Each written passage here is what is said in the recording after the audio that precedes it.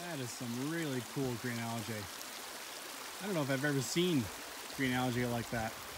It is so bright and thick. That is cool.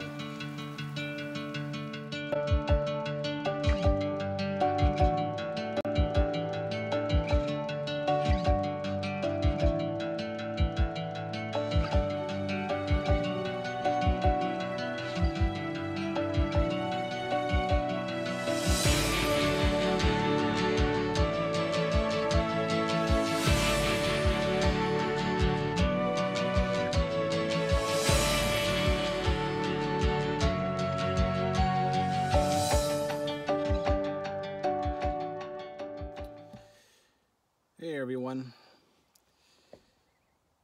How do I even explain the lunacy of what I'm about to try? Alright, so the story is that about a year and a half ago I came down this road. I'm at the beginning of the TransAlta road going into the Ghost Public Land Use Zone. And I only went down like a kilometer, and it's an awful road. It's brutal. And there's a lot of hiking down here though. And I always thought, well, how would I get down here and kind of check out all the hiking and all the backpacking and stuff that's here? And then COVID happened and I got laid off. So I had all this time. And not only that, back before the parks were reopened, this was one of the few places you could come, right? Okay, so the solution I came up with was to drive my piece of crap car down there once. And I am set up, I don't know if you can, notice all the crap I have in the back here. I'm set up I have 25 days of hiking planned. I've got a solid 30, 35 days of food. I wanted to make sure that was not a stress issue at all. But this is gonna be the toughest part right here, is driving down this road ever so slowly with my tiny little car that is the worst car ever for something like this. Shout out to Christina, who I talked to last night, and not only did she give me a report on this road, but she said, if something happens, call us, we'll come save you. And she has a Jeep. So that is, that really helps the stress, right? That helps a lot. So, love that. She's awesome. Yeah. And this is how this is starting. This guy has essentially broken this road in half for me. I don't know if that's going to help or hurt. It means I don't have as many options for swerving around to get around things. I've shown this car before. It's a terrible car for any kind of bad roads. I mean, there's going to be a lot of rocks I'm just going to be swerving around, trying not to catch into the undercarriage. Oh, this drive is going to be the most challenging part of this, I think. I might say different after 20 days of backpacking and hiking, but yeah. Well, there's the first 2.5 kilometers taken care of. This is the trailhead for Lasur Creek. Or Lasur Ridge. First time I came out hiking after moving to Calgary. I just drove out here, no guides, no maps, no nothing. Found a trail on my app, a loop, and I just drove here. I was quite shocked with the road, and I prayed that the rest of them weren't like that in Kananaskis. Thank God they aren't. This road is an exception. By the way, before I forget, I guess I never mentioned, I just don't have a use for a truck. I'm not going to spend tens of thousands or whatever the expense is. It's a lot. Just for something like this, or like 3 or 4 times a year I would need it for reals, right? So, yeah. But it means that I have to come up with creative stuff like this sometimes. 5 kilometers down, it's okay. It's a curiosity, this road. Like, there's just all these random spots you can just pull over and camp. like here. All right, they just pull off and look at this amazing camp spot. Pretty cool, really. It's unique.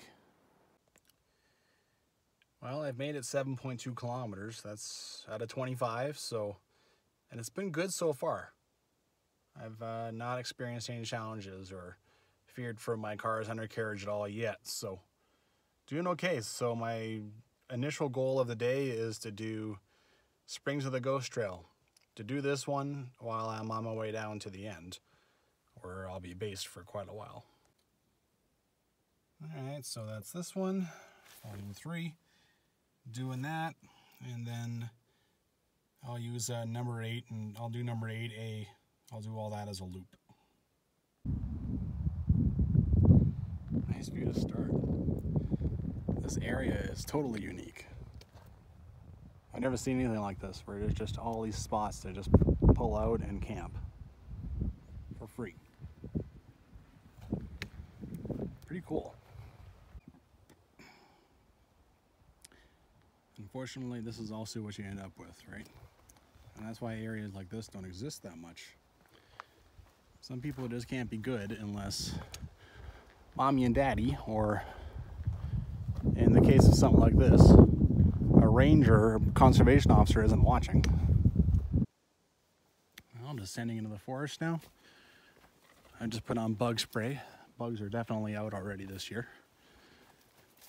And this might be a nice, easy, well, maybe easy, like 8-9 kilometer day, but this is the start of 250 kilometers in the next 25 days. And I don't even really know what that is. I'm just averaging 10 kilometers a day, but it's exciting. It's all a trail I've never seen before, so it's pretty cool, man. This is awesome.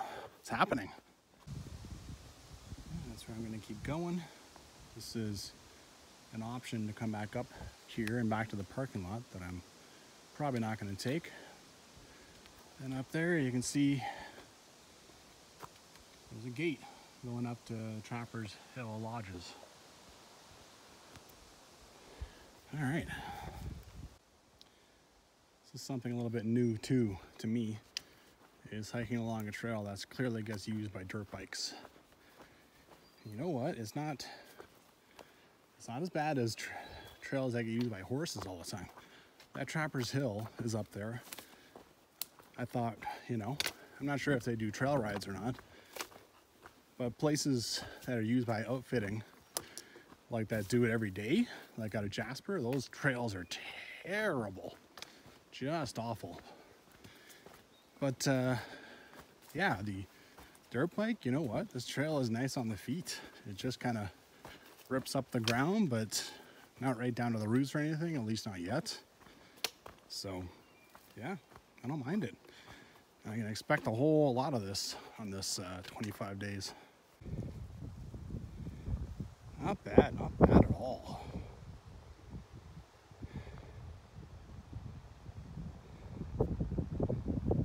Not bad in the slightest. Well, Springs of the Ghost. I already crossed one spring. It just looked like a normal creek, so I didn't even bother taking a shot. You can't see where they come out, which is all the coolness of a spring, right? Watching it come out of nowhere. But yeah. This one just kind of takes over the trail for a few minutes. This one's got something in it because, yeah, look at all the red on the rocks. There's some kind of mineral that's doing that. Kind of cool.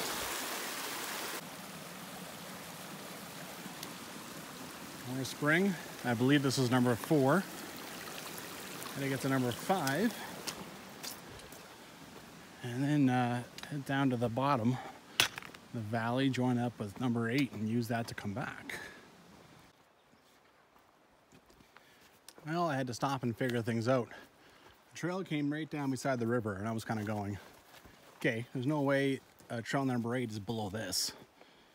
So sat down, did some reading, and discovered that Trail 7 and 8, which is the loop I'm trying to do, they join forces here. And you walk on, you know, the two of them until you get to springs number 5. So I'll end up coming back down here and then branching off to the right and doing trail number 8 along the river on the way back. So here we go. Confusion allayed. And there we go. I only had to go another 100 meters to spring number 5, turns out.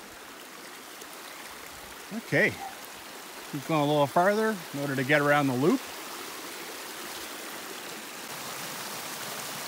Cool.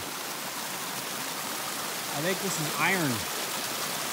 If the book is mentioning iron, I'm not sure if it's this one or the other one, but kind of neat.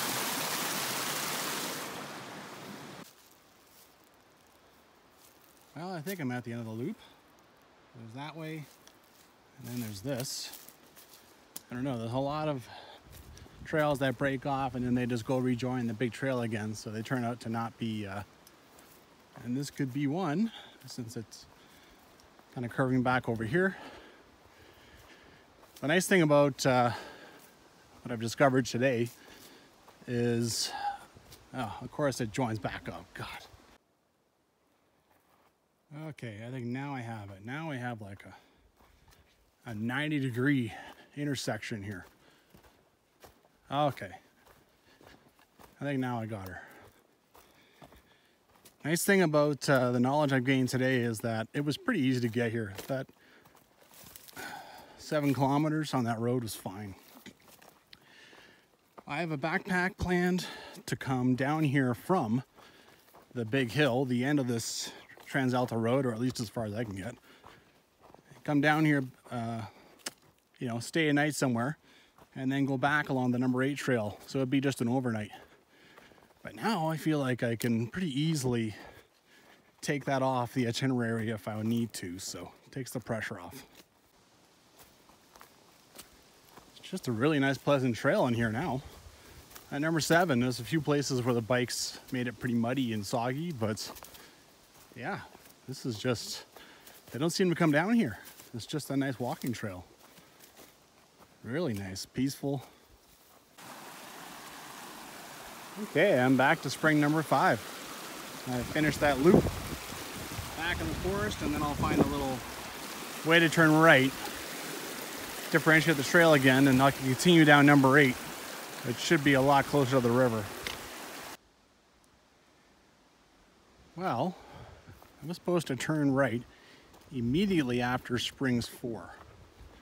All I saw was this, like, really not a trail. It looked like a game trail.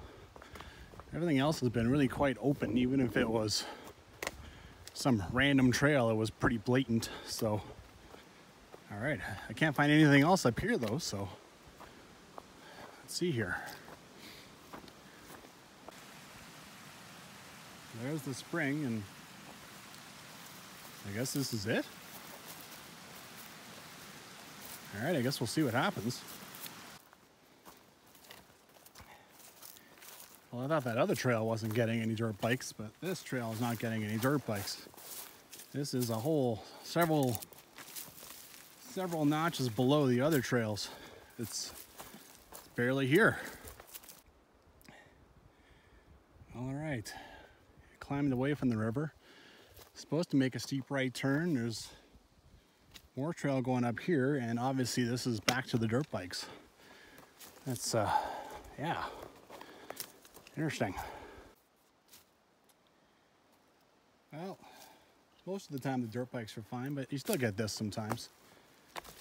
Take the good with the bad, right? Gonna hike on public land use zones.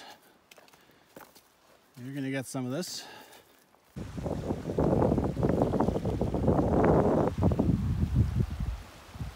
I get to explore this for the next 25 days. I am truly blessed.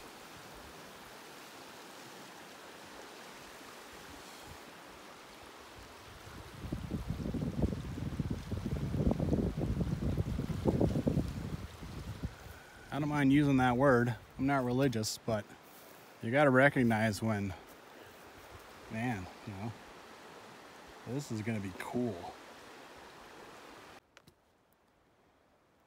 Alrighty, I'm at the four-way intersection. I'm gonna head down here and see what the horse crossing looks like.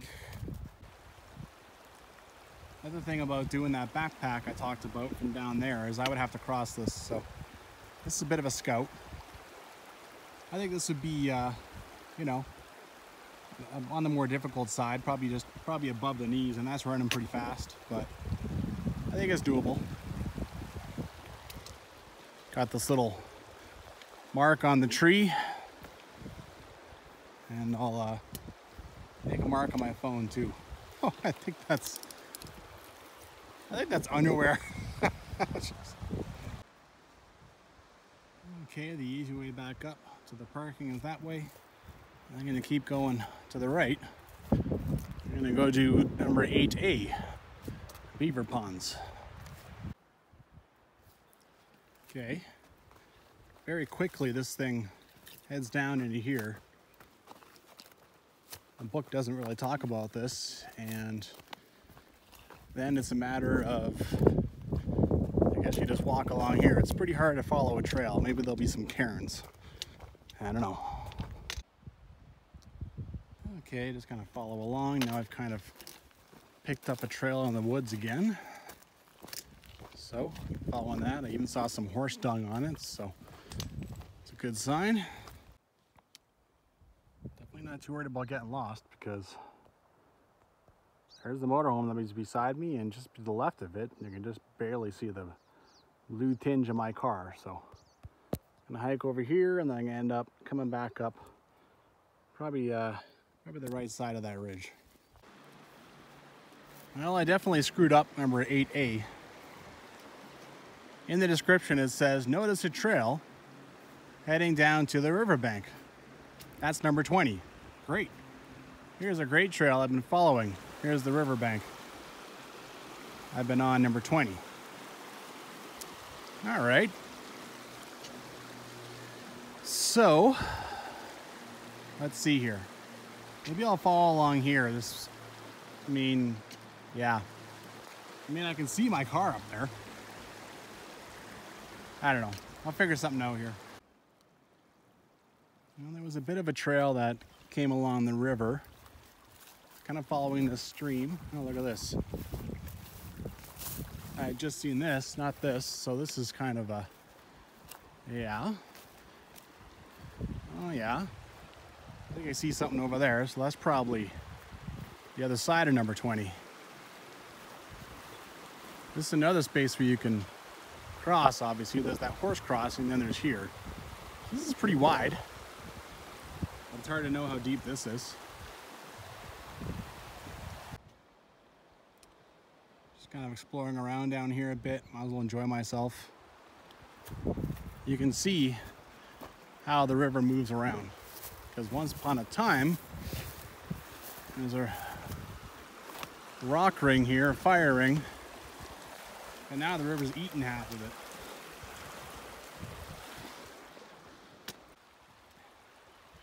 Okay. It's kind of cool. Something else for me to dance across. A whole bunch of green algae in here. Come over here and I'll go dancing across the rocks. That is some really cool green algae. I don't know if I've ever seen green algae like that. It is so bright and thick. That is cool. Well, after that trail I went across that stuff. It's now into the forest, and I don't know if this is 8A, number 20 or what, but yeah, I'll flash it up on the screen. But yeah, it's, well, I'll figure it out. Right now it's going the wrong direction, but if you read the description in 8A, it does this, then it turns left, starts heading up the hills, so hopefully it does it. All right, I would say that I got off 8A for a while, but I think I'm back. So I saw the cut line that came out of the river, cut line access road, and now here's the cut line which goes zooming up, okay? It says keep going on this road, that'll slowly go up like that. All right, so This has been following the description of 8A for a little while, so pretty confident I'm gonna be good. It's gonna happen sooner or later. We're gonna have to climb out of the Ghost Valley. Once I'm done this climb, I'm pretty much done this hike. It's a better view when you climbed it. It's the same view I had from the car, but not the same. I didn't climb it. More spots, they're just random spots everywhere. Hell, I'm gonna go see that big rock one. Well, there's a fire pit.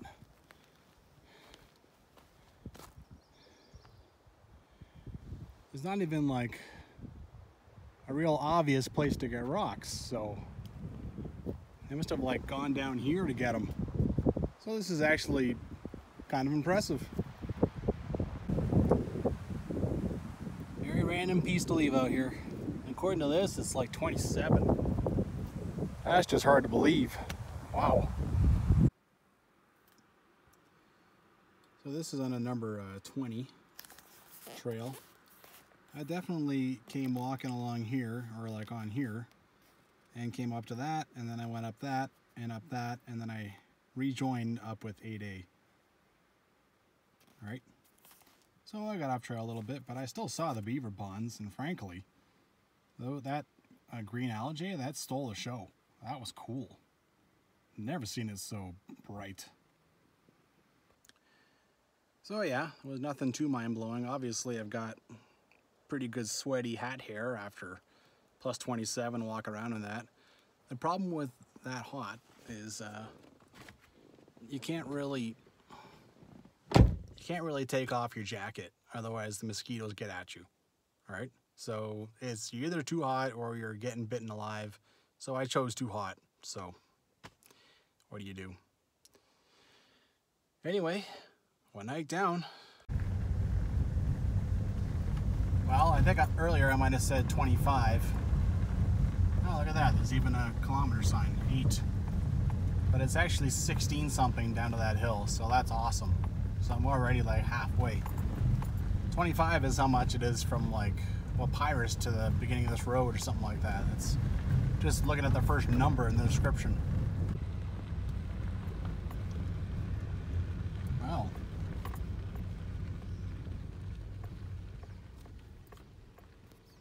Trappers Hill Lodge certainly looks like they're doing well for themselves. Nice new buildings and stuff. Cool. Well, it's going well. I'm at the Enviros Lake turnoff, which is just a few kilometers left. Which is really I mean, I have to drive out of this, so if I'd found a few sketchy parts, then for 25 days, I need to think about, you know, I have to go back through that. So hopefully it doesn't turn worse. Hopefully I don't have like 4 or 5 days of rain and then I have to drive out. There's big puddles everywhere. Taking one last break here. This is all patience, man. Name of the game, patience, patience. I go 20 kilometers an hour.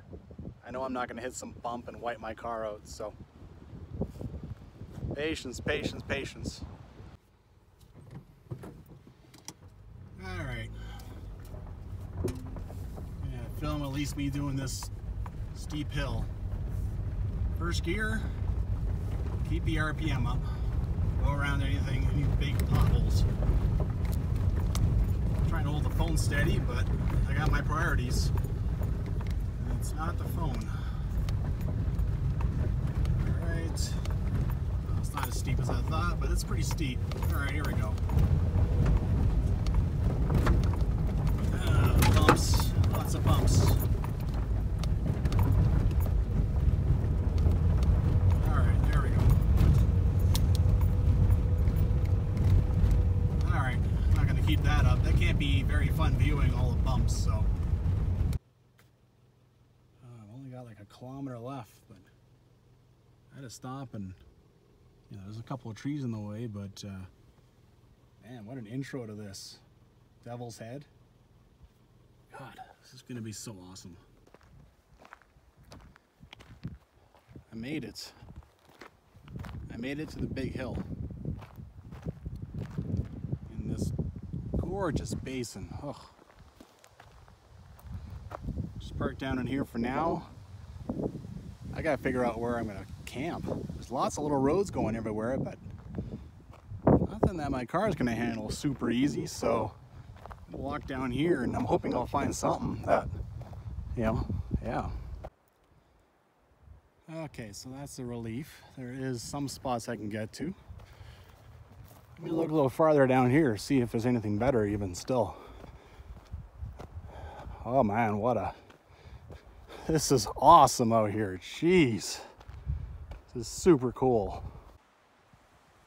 I think my car can handle this. This is pretty cool too. Family pet or a person? I don't know, but it's a very unique. I've never seen one like that. Pretty cool.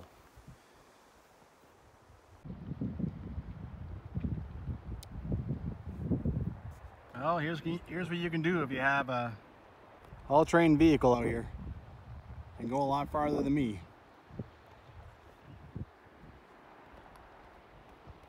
Can go quite a ways down there, I think. Not me, I'll be hiking all that whenever I want to get down there. Man, I found some outstanding spots down here. Holy crap. This is awesome. Well, I managed to get my car down here. It is an outstanding view, but very exposed and so many rocks. Wow. So many. And I would have to put the tent, if I put there, I have to put the tent pretty close to the fire. There's really nowhere else better. I mean, here you're kind of in this road. People come driving down this. Anyway, let me go down there. There. This is gonna give a nice soft spot for my tent. Maybe not completely level, but can't expect level. But I got some coverage, you know, from the wind and maybe from the sun. Back my car in like this. There we go.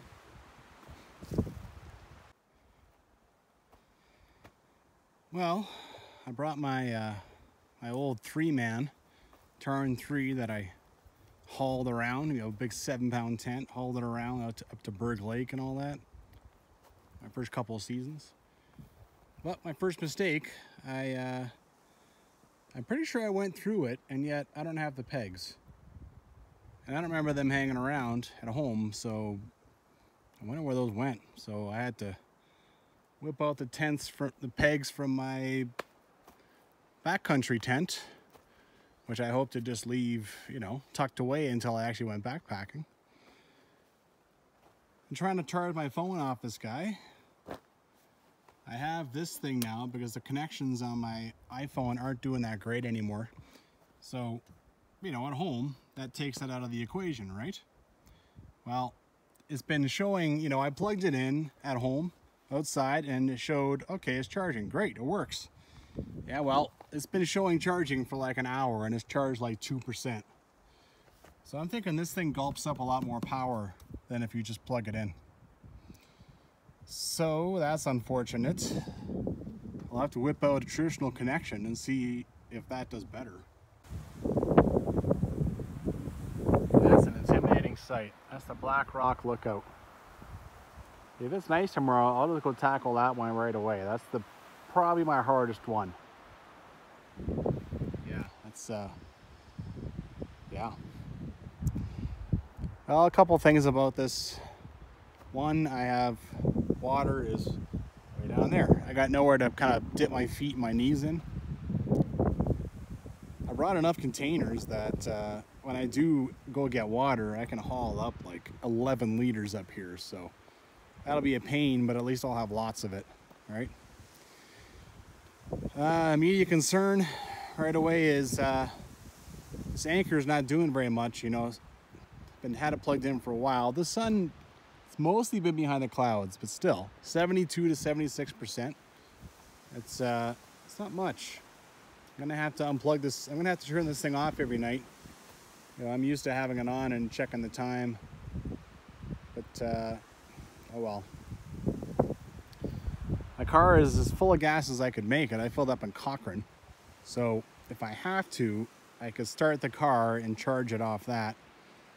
But certainly don't want to do that too much. So yeah.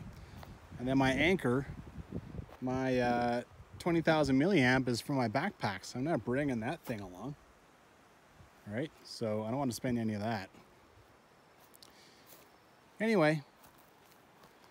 I got my old tent, I got my old sleeping bag so I don't get it completely, my down bag completely all dirty before I take it out for 12 days because I'm planning a 12-day backpack.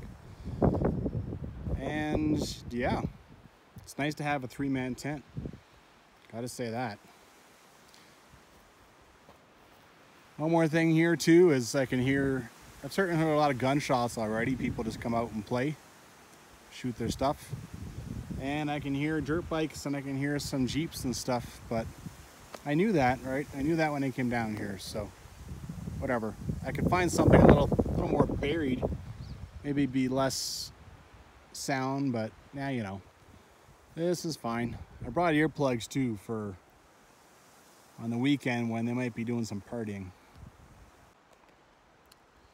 So I'm gonna sign off. I want to shut this phone off and let it charge as best I can. Before, you know, as long as there's sun, I'll let it try and charge. Not sure how well it's going to work when the sun's behind the clouds like that. But, well, day one, mostly successful, I'd say. I have 9 day hikes and 16 days, no, yeah, 16 days of backpacking planned.